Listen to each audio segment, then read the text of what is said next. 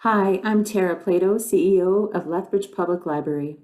I'm pleased to introduce to you Letters for Lethbridge, an initiative of the 100th Anniversary Planning Committee for Lethbridge Public Library.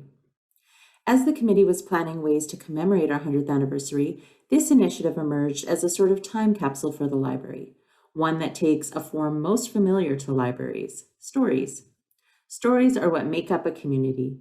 It is the collective experiences of all the people that live, work, and play here that define us as a community. 100 years ago, the library was imagined as a place for people, rather than just a place for books. Letters for Lethbridge attempts to capture the experience of living in Lethbridge up to and including the year 2019. We hope to capture the differing perspectives and experiences that make Lethbridge the community it is today. And we hope to amplify the voices of our community through Letters for Lethbridge. On behalf of the City of Lethbridge Library Board and the 100th Anniversary Planning Committee, we hope you enjoy these Letters for Lethbridge. I was born in a tropical paradise, had a childhood filled with happy memories, and still yearned at 16 to be anywhere but in Mombasa, Kenya. That a time for reading was ahead for both of us. I remember that reading sentences, as I had learned as a youngster, was never a sentencing, but always a beginning, journeying. When I started working as coordinator of Lethbridge Early Years Coalition, I learned some hard facts about the children in our city. Research that showed that 1 in 4 of our kids are living in poverty, and data that indicated that over 25% of our children are entering kindergarten at risk or vulnerable. A Tale of Love and Small Business by Lindsay Brown. My name is Lindsay Brown, and similar to all great tales of romance, I didn't set out to fall in love with this city. It just sort of happened that way.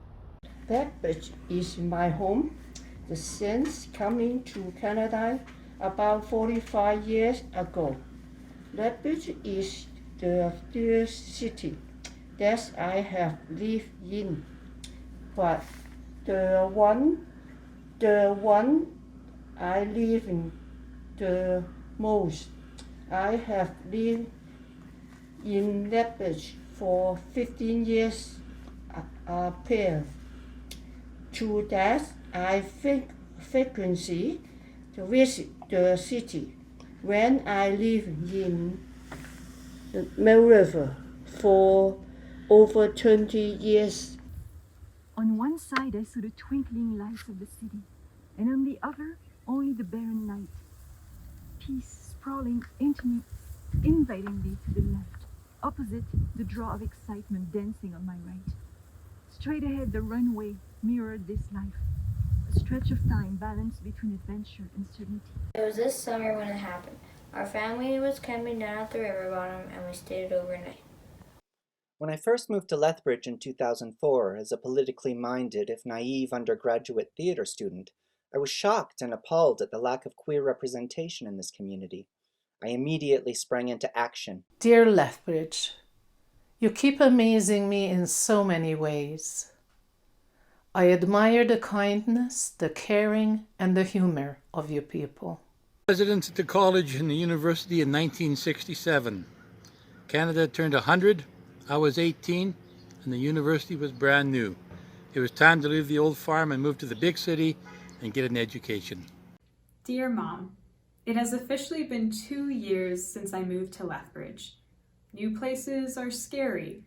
It's easy to get lost or mixed up in the crowd, and it's even harder to make connections in an unfamiliar place. Swathed in sweetgrass, I have intimate knowledge of how the coulees smell under the hot, dry prairie sun. For me, the heart of Lethbridge is the wind. From earliest childhood, that strong westerly breeze echoed in my memory.